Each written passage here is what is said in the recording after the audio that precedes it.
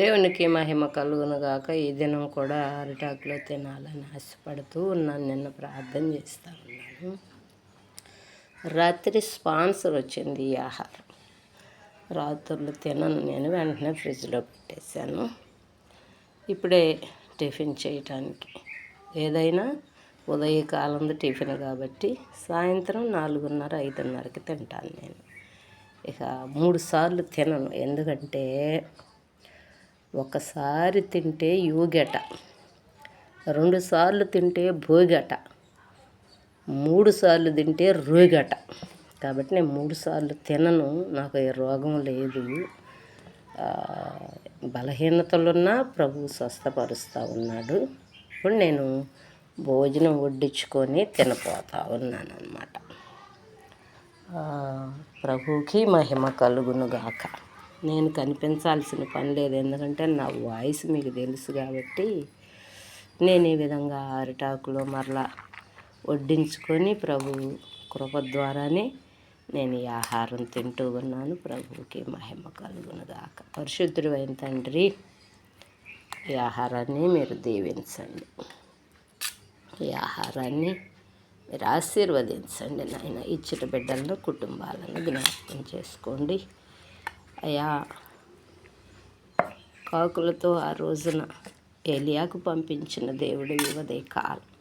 నీవు ఇచ్చిన ఆహారాన్ని బట్టి, ఈ అరిటాకును బట్టి నీకే మహిమ ఆరోపిస్తూ ఉన్నాను ప్రభా, నీకే ఘనత ఆరోపిస్తూ ఉన్నాను.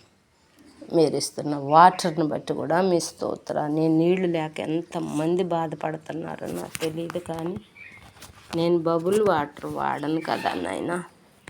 నాకు ఇచ్చిన మోటార్లో నుంచే మీరు ఇస్తున్న వాటర్ని బట్టి మీకు స్తోత్రాలు.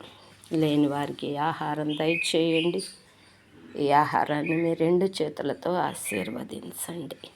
మీకే కృతజ్ఞతలు చెల్లిస్తూ ప్రతి దినం నన్ను పోషిస్తున్న నా పోషణకర్త, నా జీవనాధారకుడా, నా ఆరోగ్య ప్రదాత,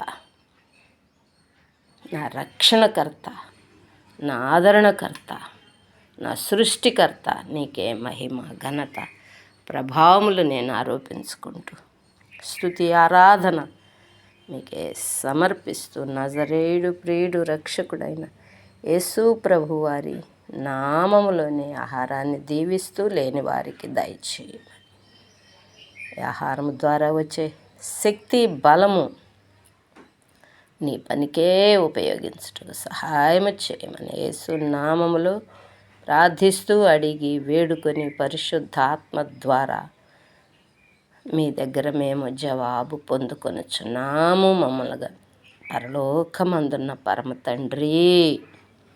ఆమేన్, ఆమేన్.